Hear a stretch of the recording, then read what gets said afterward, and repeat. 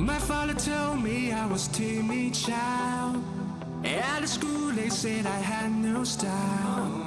I was dreaming to be those cool kids, but I come to fucked up my whole teenage life. Now I've been many places, so delicious. I used to cry overnight, but now I'm not gonna fit.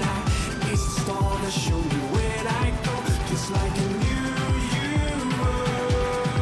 And I'm flurrying sounds and sounds and smiles. Oh, we're coming home tonight.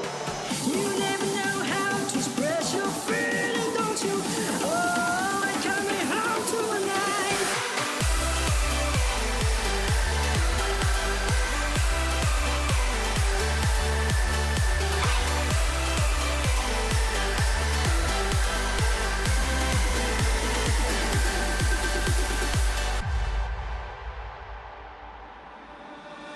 My father told me I was born to run. Long way from home, he never doubt peace, son.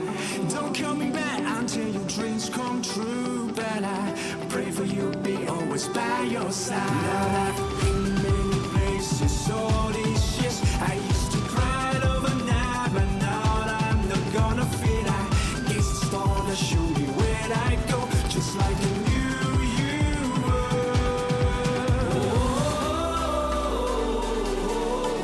And life is nothing but a simple song.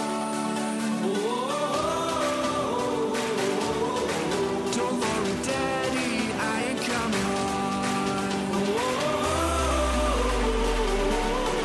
And life is nothing but a simple song. Don't worry, Daddy, I ain't coming home.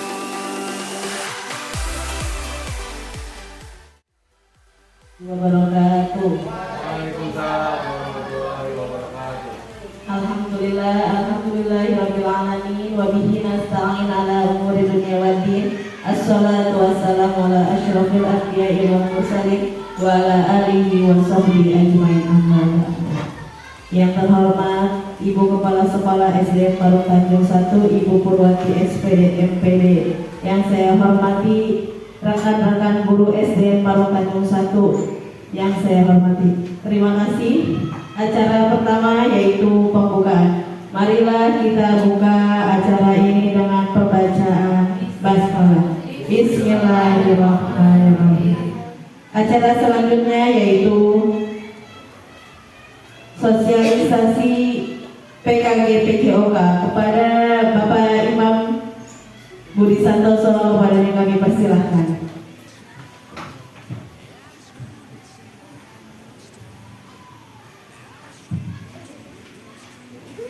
Terima kasih kepada beliau. Assalamualaikum warahmatullahi wabarakatuh. Yang terhormat Ibu Kepala Sekolah SDN Parung Tanjung 1, Ibu Purwati SPD MPD, Bapak Ibu guru yang saya hormati, yang tidak dapat saya sebutkan satu persatu, namun tidak mengurangi rasa hormat dan takzim saya kepada Bapak Ibu semua. Alhamdulillah, bersyukur kepada Allah Subhanahu Wa Taala yang telah memberikan nikmat kepada kita yang terhingga sehingga kita masih pada hari Jumat ini masih diberikan nikmat sehat walafiat sampai detik ini. Salam dan salam semoga senantiasa tercurah pada baginda kita Nabi besar Muhammad Shallallahu Alaihi Wasallam, kepada sahabat, keluarga dan kita semua selama pengikutnya hingga akhir kiamat. Amin ya rabbal alamin. Izin buka material dulu.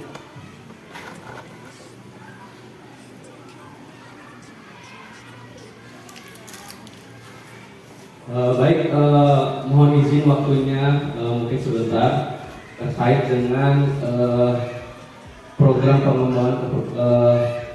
pengembangan kompetensi guru PJOK yang memang awal saya ikuti, di mana program ini merupakan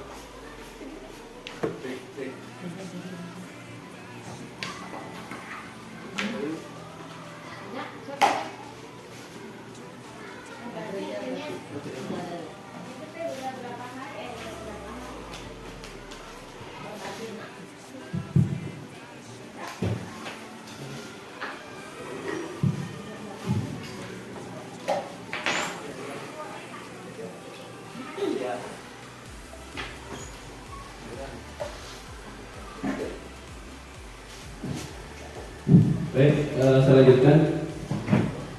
Bahwasanya PKGP Joga telah dilaksanakan dari bulan Juli sampai dengan Agustus, 3 bulan.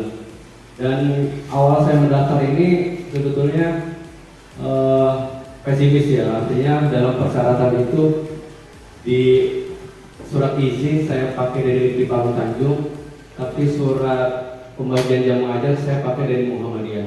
Tapi ternyata lolos sehingga mengikuti kegiatan PKGP Joga. Dan ini berubah paradigma kita sebagai guru PJOK. Ada saya Pak Graha.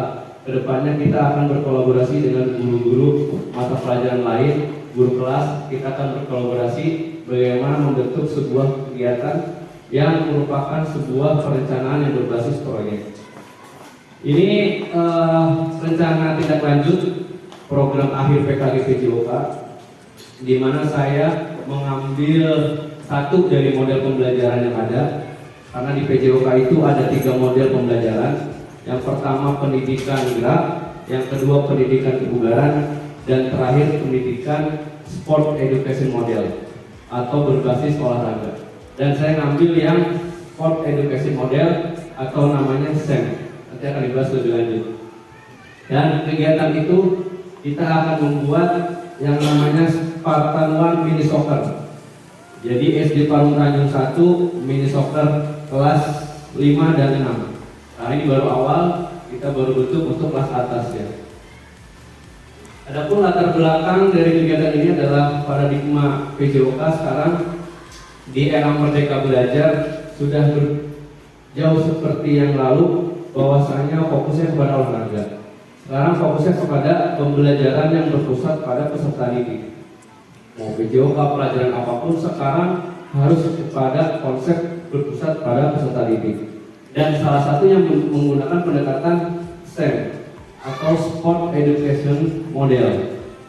Di dalam STEM ini kita akan menggunakan bahwasanya anak-anak turut serta dalam sebuah kompetisi. Jadi memang proyek itu tidak selalu berbentuk produk, ya.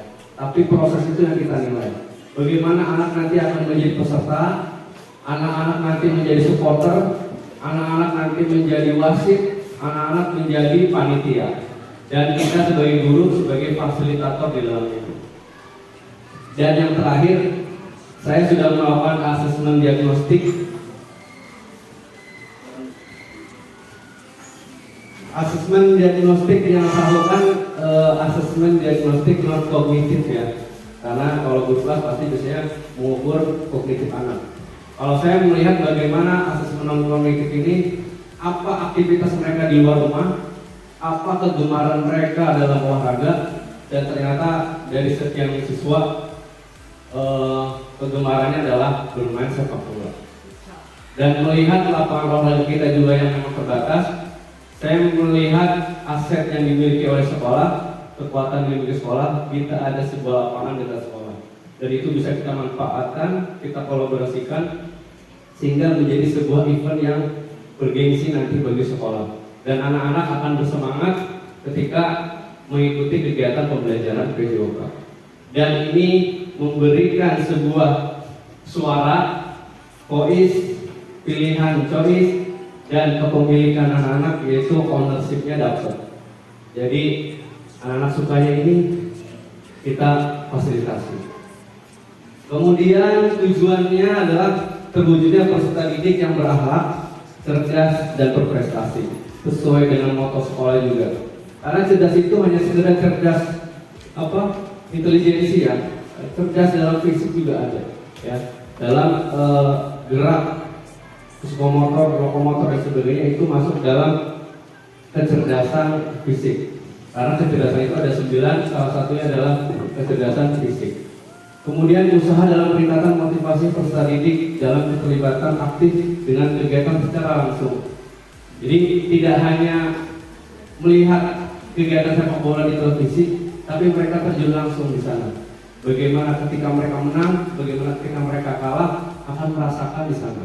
Dan kita akan bisa menilai secara otentik anak-anak ini bisa tidak menerapkan karakter yang diharapkan dari tujuan kegiatan ini. Kemudian peserta didik akan mendapat situasi pengalaman nyata jelas Kemudian meningkatkan keterampilan kebugaran peserta didik. Ini PR buat kita nih. Kalau hari Senin itu anak kita ya berjatuhan ketika kegiatan upacara. Padahal upacara yang sekedar berdiri. Sedangkan olahraga aktivitas melelahkan, keluar keringat, mereka malah semangat gitu. Nah ini harus kita tingkatkan lagi kebugaran siswa. Walaupun tugas guru PJOK bukan meningkatkan kebugaran, karena kebugaran itu ada tahapnya. Seminggu anak harus latihan 2 sampai 3 kali. Sedangkan kita hanya dalam 1 minggu hanya 1 kali sekolah. Dan saya asesmen anak-anak kegiatan fisik di luar tidak ada. Paling bersepeda kalau yang punya sepeda. Kalau yang nggak punya, paling main HP, malas gerak, tidur. Jadi memang anak kita itu memang kurang gerak sekarang. Jadi kita bantu dengan kegiatan yang positif di sekolah. Dan yang terakhir dengan pengetahuan tentang olahraga dan pengembangan diri serta sikap sosial dalam pembentukan karakter peserta didik. Untuk capaiannya, mengetahui peraturan permainan, mengembangkan keterampilan individu, kemudian menjunjung sportivitas kerjasama, pemahaman formasi taktik strategi dalam permainan. Jadi nanti saya mohon bantuannya kepada komunitas belajar, kepada guru kelas, nanti bisa mengakomodir anak-anak, menjadi pelatih bagi anak-anak, bagaimana anak bisa mengatur strateginya, kemudian mengatur permainan. Kalau yang capek diganti, nah itu akan dibantu oleh guru kelas. Maka saya tidak akan bisa berjalan kegiatan ini tanpa dukungan, tanpa support dari Bapak Ibu semuanya yang ada di SD Negeri Palurain 1. Kemudian kepemimpinan jelas. Mereka nanti ada kaptennya yang akan memimpin, kemudian ada kolaborasi dan tanggung jawab. Ketika jadwal main jam 8, maka anak sudah siap di lapangan jam 8. Jadi tanggung jawab anak itu diberikan. Untuk langkahnya sosialisasi, ya saya sudah sosialisasi, kemudian pembahasan lanjutan pada technical meeting, mungkin pada saat pembagian tim nanti kita atur kembali. Kemudian menganalisis pertandingan di soccer dan pengelolaan mesin. Jadi nanti rencana kegiatan ini dilaksanakan karena ini adalah proyek, jadi bukan masuk di intrakurikuler ataupun ekskul. Nanti insya Allah selesai di kegiatan asesmen akhir semester ya, sumatif akhir semester. Kalau memang ada waktunya. Ini hanya sebuah perencanaan saya sebagai laporan, dan implementasinya nanti bagaimana kepala sekolah, bagaimana Bapak Ibu guru apabila mendukung, kita lanjutkan. Apabila tidak, kita bisa buatkan di kegiatan yang lebih di hari atau kegiatan di selanjutnya ya. Kemudian pemilihan peran, nanti siapa yang jadi peserta, siapa yang jadi supporternya, ya. Kemudian siapa yang jadi pelatih dan sebagainya. Kemudian penyelenggaraan berkomunikasi dengan pemangku kebijakan dan lingkungan sekitar kita. Karena rencana kita guna lapangan di tempat lain, otomatis kita akan berkomunikasi kepada lingkungan. Kemudian perannya sosialisasi kepada kepala sekolah, guru kelas, dan peserta didik. Kemudian mereka akan menjadi panitia kecil, mereka akan buat poster, ayo ikuti kegiatan ini. Jadi mereka akan belajar juga terkait dengan digitalisasinya. Anak-anak sekarang sudah punya handphone, sudah bisa aplikasi mana, saya rasa bisa ya.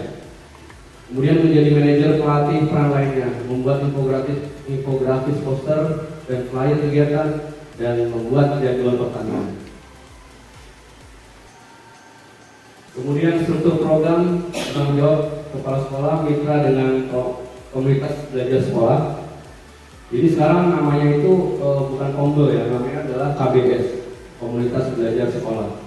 Dan saya juga sampaikan bahwa di sini sudah ada komunitas belajarnya, namanya Rumah Belajar Bersama. Kemudian guru mapel, sesama guru mapel, kita akan koordinasi, berkolaborasi, dan guru kelas sebagai koordinator masing-masing kepanitiaan. Kemudian masuk dalam kegiatan kokurikuler, model pendidikan yang saya gunakan menggunakan SEM, dan pelaksanaannya pada akhir semester. Di akhir pendidikan kalau tidak salah itu selesai sumatifnya kita 17, 18, 19 Desember 2024. Peserta didik yang terlibat adalah kelas 5 dan kelas 6 dan berbagai pihak lainnya, wali murid dan sponsorship mungkin bisa kita coba. Kemudian pernyataan tentang kapasitas yang dimiliki oleh sekolah. sekolah memiliki kepala sekolah, dewan guru, dan guru PJK ada 2 orang. Orang tua siswa komite jika memungkinkan dapat membantu dan menunjang pelaksanaan kegiatan. Peserta didik adalah kelas atas, fase C, yang memiliki minat bakat kegemaran dalam olahraga sepak bola. Kita sudah mengakomodir choice, dan ownership-nya. Kemudian yang kedua, memiliki fasilitas alat olahraga yang cukup dalam permainan sepak bola. Kemudian lingkungan sekolah terdapat lapangan sepak bola, aset sosial lingkungan sekolah kita yang dapat diberdayakan. Dan yang terakhir adalah membangun kemitraan dengan support dari perusahaan yang memang berada di sekitar sekolah kita. Ini merupakan aset yang sangat baik untuk sekolah bisa diberdayakan. Jadi jangan melihat kekurangan sekolah terus, tapi lihat apa kelebihan di sekolah itu, sehingga menjadi kekuatan untuk sekolah bisa bertahan dan malah menjadi sekolah yang kedepannya ada sekolah favorit dan sekolah terbaik. Dan mungkin slide-nya sampai 9, sedikit untuk evaluasinya. Selesai kegiatan kita akan evaluasi sejauh mana tercapai tujuan pembelajarannya. Yang kedua, kita akan dapat umpan balik dari siswa. Umpan balik berdasarkan refleksi peserta didik, mengevaluasi hasil pelaksanaan dan kinerja timnya, refleksi guru, perencanaan, pelaksanaan, dan pengelolaan. Jadi saya juga minta refleksi dari Bapak Ibu terkait dengan kegiatan itu. Pasti akan membangun untuk lebih baik ke depannya. Dan mengevaluasi konsep fair play, karena di dalam CP PJOK masuk ke dalam konsep fair play ini dimasukkan, yaitu menghargai lawan, menghormati, dan menjunjung tinggi etika serta sportivitas. Dan yang terakhir adalah kemungkinan tantangan saya ke depannya adalah manajemen waktu. Kita akan, karena waktu ini tadi 3 hari harus bisa selesai. Kemudian jumlah siswa yang cukup banyak dalam satu kelas itu bisa dibagi beberapa tim. Kemudian kondisi cuaca, karena memang kita laksanakan di outdoor, kita akan berhadapan dengan yang namanya hujan. Kemudian kondisi yang tidak kita duga. Kemudian motivasi peserta berpengaruh pada peserta didik apabila mengalami kekalahan. Kalau misalkan kelas 6 lawan kelas 5 kalah, ya, itu akan menjadi sebuah down kalau tidak kita beri motivasi. Kemudian yang keempat, keterlibatan orang tua, komunitas, dan kurangnya dukungan. Ini adalah tantangan bagi saya apabila tidak mendapatkan dukungan dan keterlibatan dari hal-hal yang sudah disebutkan. Dan ini adalah solusi yang mungkin bisa kita lakukan. Yang pertama terkait dengan poin 1, jadwalnya kita buat dengan efisien sesuai dengan target yang akan kita capai. Yang kedua, dialihkan pada hari lain atau perubahan jadwal apabila terjadi kondisi cuaca, hujan dan sebagainya. Yang ketiga, apabila ada peserta kekalahan dan sebagainya, kita tetap berikan dukungan dengan selalu memberi dukungan terhadap pencapaian semua peserta didik, memberikan motivasi, pujian, dan pengakuan. Kamu sudah hebat, sudah berani bertanding, ya apapun hasilnya. Mereka supaya bisa legowo gitu ya. Dan kita akan tetap berikan apresiasi kepada yang juara, pada yang belum juara kita tetap berikan apresiasi. Kemudian yang keempat, terakhir, kita apabila ada perluan kita akan terus jalin kolaborasi, kita akan bangun komunikasi dan mengadakan pertemuan apabila dibutuhkan bersama orang tua murid. Dan mudah-mudahan ini karena siswa juga suka, siswa juga hobi, mungkin akan disupport oleh orang tua dan memberikan dukungan kepada sekolah terkait dengan kegiatan sport education model ini. Memang ini tidak mudah, namun ini kita manusia bisa berencana, kita lakukan perencanaan ini, dan sekali lagi mohon dukungan Bapak Ibu agar kegiatan ini bisa terlaksana dan bisa memberikan dampak bagi sekolah, khususnya bagi peserta didik kita, sehingga event ini akan ditunggu-tunggu anak di setiap tahunnya. Mungkin demikian untuk pemaparan dari presentasi perencanaan proyek PJOK yang saya lakukan. Mohon maaf bila kekurangan, apabila ada hal-hal yang ingin ditanyakan dan disampaikan, bisa disampaikan lebih lanjut terkait kegiatan ini. Dan ini adalah salah satu poin dalam rencana tindak lanjut RTL di PKG PJOK 2024, dan saya termasuk angkatan kedua. Dan hari Senin insya Allah ada pengumuman untuk lulusan. Mudah-mudahan bisa dimudahkan, kemudian bisa dilancarkan, dan mudah-mudahan kita bisa berkolaborasi, berbagi ilmu, terus jangan pernah lelah untuk belajar. Demikian yang dapat saya sampaikan. Mohon maaf apabila kekurangan. Assalamualaikum warahmatullahi wabarakatuh.